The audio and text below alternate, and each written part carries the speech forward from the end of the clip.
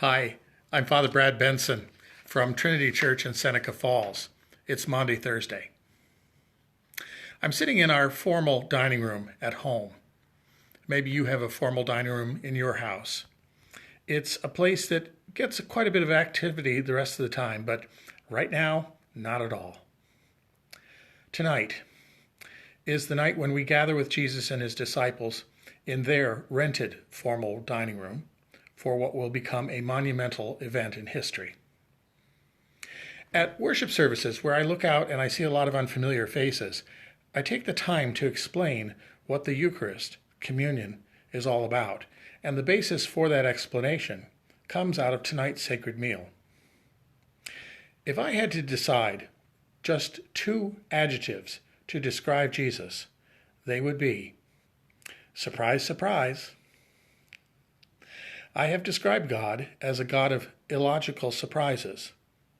Illogical, that is, from our viewpoint. The Last Supper contains at least two illogical surprises. The first is when Jesus kneels down to wash the feet of his disciples. You see, those followers had given him the stature of being a learned rabbi, and a rabbi would never do something like that. That action would have been the first surprise for the evening, and I'm sure some of the disciples took away the idea of reassessing their role as a servant of God. The second surprise comes within the context of the supper.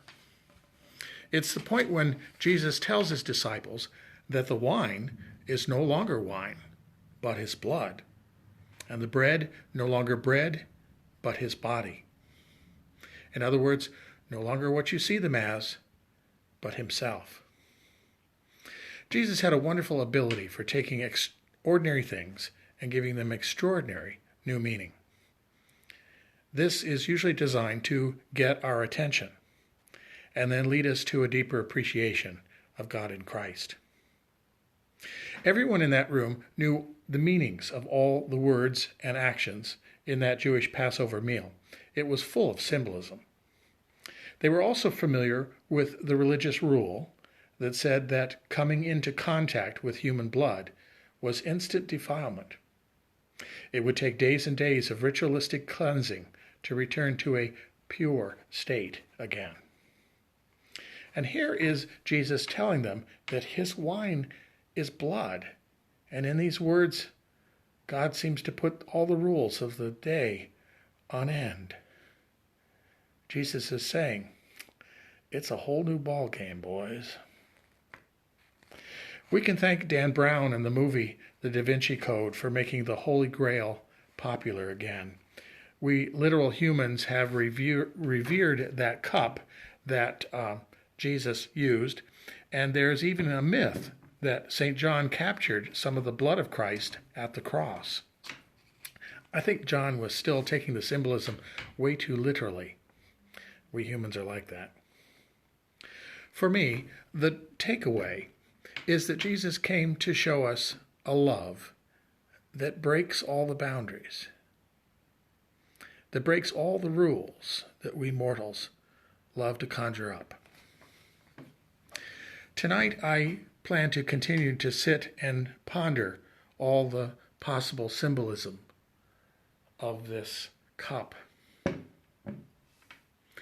I'm pretty certain that God will plant some radical ideas, some radical notions of Jesus as a container, a thirst quencher in dry times, a symbol for intimacy. I will hold this cup, but I also think it might end up holding me. And in these days of a pandemic, we can use that. Hey, go get your own cup. Spend some time in reflection and prayer. In this time of staying home, may we take the time to dine with our master of illogical surprises. And remember, God shows up in us, so it's very possible that God will surprise us through each other. Have you seen some evidence of that already? So thanks for joining me. Tune in again tomorrow, Good Friday, for more surprises. Blessings.